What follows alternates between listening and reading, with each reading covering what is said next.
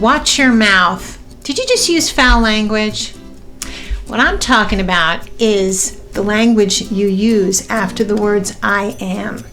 Very important that everything that is spoken, whether it is in your mind or auditorily with your mouth, with your words, that anything that comes after the words I am be positive, uplifting, life-affirming, and all the things that you want in your life for yourself rather than the things that you don't want. It's very easy to focus on the negative because our brains, as a survival instinct, are supposed to think about the negative to keep us safe so we can see all the bad stuff in the environment.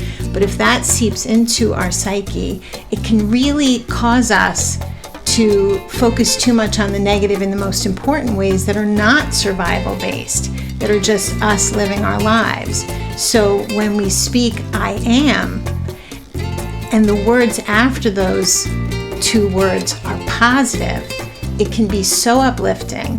It can be really life-changing if you work on that as a practice and intentionally speak those words about yourself on a regular basis. And the more you do it, the more you get used to it, and it becomes a new habit that can really make a difference, not just in your day, but in your whole life and your trajectory.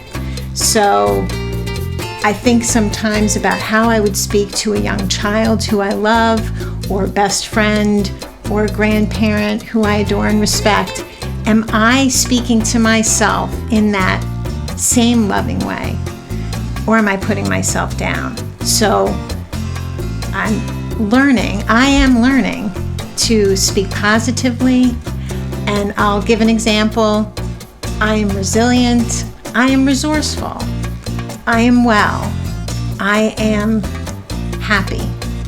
Even sometimes when I don't necessarily feel it, I think about that and I want to perpetuate that feeling instead of all the other crap that I often say in my head. Positive words are so much more powerful than negative words. So if you do continue to feel you're saying these negative things and you start to kind of beat yourself up for not saying positive things, you can give yourself a break and remind yourself that the positive is so much more powerful. And you may be correcting a habit that you've had for decades of your life, because we all do it and it's a natural thing to do. And it's much more helpful to shift that as much as possible.